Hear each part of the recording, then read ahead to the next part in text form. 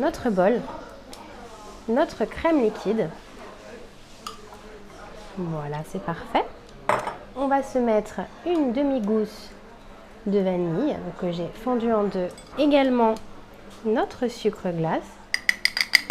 Voilà. Et on vient commencer à fouetter notre crème. Vous allez voir avec la glace, on va vraiment faire chuter la température très fort. On a fouetté pendant environ 10 minutes. Ça fait les muscles, mais on a une super texture. On va pouvoir passer sur nos petites fraises. Je vais, à l'aide de mon coupe-œuf, trancher une jolie fraise comme ceci. On va bien jusqu'au bout. Et on va pouvoir récupérer nos petites tranches qu'on va disposer sur notre plaque. On en a évidemment réalisé quelques-unes au préalable. On va les saupoudrer légèrement de sucre glace. Ça va nous permettre de les cristalliser. Réaliser donc des petites chips de fraises. On va pouvoir laisser sécher tout ça dans notre four à environ 150 degrés pour 1 heure environ. Nos petites chips sont passées 1 heure au four, elles sont parfaites. On a mis notre glace avec notre coulis dans notre poche. Et en parlant de glace, saviez-vous que l'un des parfums de glace les plus étranges est le parfum hot dog qui a été créé en Arizona? Très étrange. Avec le gluten présent dans la brioche, on va venir vraiment les coller ensemble. Avec mon couteau, je viens détailler mes bords pour avoir un carré parfait. On vient découper de cette manière notre carré et avec un petit peu d'eau, on va venir imbiber notre brioche de la sorte pour pouvoir coller notre brioche de cette manière. On va enlever l'excédent. Hop, même chose de l'autre côté. On laisse ça tranquillement de côté et on va pouvoir passer sur notre plancha. Donc j'ai réalisé des petits carrés de beurre que j'ai roulés dans mon sucre roux. Je récupère mon cube de brioche que je viens poser. Également mes deux autres. Et on va laisser cuire tout ça sur chaque face pour bien les caraméliser. Voilà. Notre brioche a bien caramélisé, c'est parfait. On va pouvoir débarrasser nos brioches sur nos petites assiettes et on va pouvoir couler notre chocolat blanc. Vraiment pas beaucoup, donc un petit chocolat blanc que j'ai laissé légèrement refroidir pour avoir une texture un peu épaisse. Et avec un pinceau, on va remonter notre chocolat vraiment partout.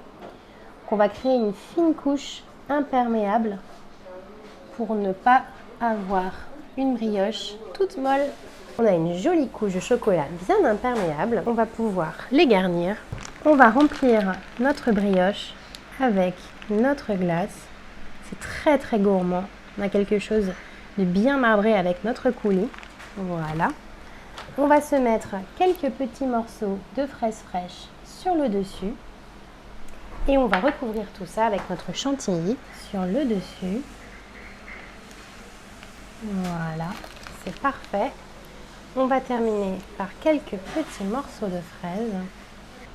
Et voilà, notre super dessert bien frais pour l'été. Bon, je viens d'arriver à La Rochelle. Bonjour Frédéric. Enchanté. On m'a dit qu'il y avait une glace au citron et basilic. Est-ce que vous pourriez m'apprendre à la faire? Vous avez 45 minutes devant vous là. Oh, j'ai même 1 heure. 1 heure, on a le temps de la faire, ouais. Parfait. Et là, vous avez toutes vos recettes. Tout est là. Tout est là. Là, je peux me mettre où pour filer un coup de patte? On commence par la première étape, presser nos citrons jaunes. Allez, on coupe. C'est tellement acidulé que la plupart de nos sorbets, nous on les travaille avec entre 50 et 60% de fruits. Mais le citron, on descend à 30. Le parfum de glace préféré d'Alexandre le Grand était le lait de vache avec du miel et du nectar. Alors ça, c'est le réfractomètre. Le réfractomètre, ça sert simplement à connaître la quantité, le taux de sucre dans n'importe quel aliment ou liquide. Et ouais, Jamy. Ok, vite, profites-en pour screener la recette secrète du sirop à base de citron vert et de basilic. Donc là, on rajoute un peu de sucre, voilà, un peu de glucose et de stabilisateur. Il faut bien mélanger tout ça, pas de grumeaux. Et voilà, donc on mélange et on va rajouter de l'eau. On va rajouter la même quantité d'eau que de sucre et de préparation. Et donc là, j'ai tout mon basilic haché.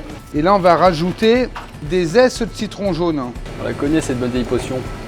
Et on referme ça.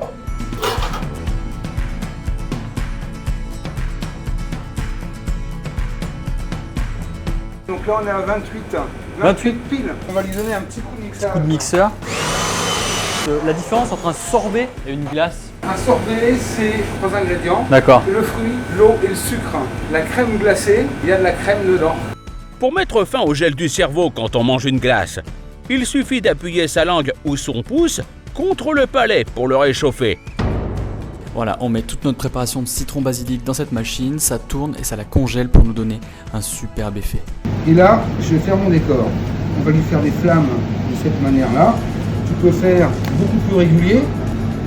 Incline-la un peu plus, parce qu'autrement tu vas emmener trop de glace avec toi. Bon, franchement, ça va. Tu sais quoi? On la garde comme ça, on la mettra en vente. Oh, ça me fait plaisir, merci On la mettra en beaucoup. vente comme ça. Bon, bah maintenant que vous savez comment on fait une bonne glace à La Rochelle, n'hésitez pas à vous abonner à la chaîne Chef Club Découverte et à partager ça à tous vos copains, copines et tous vos amis, etc. etc.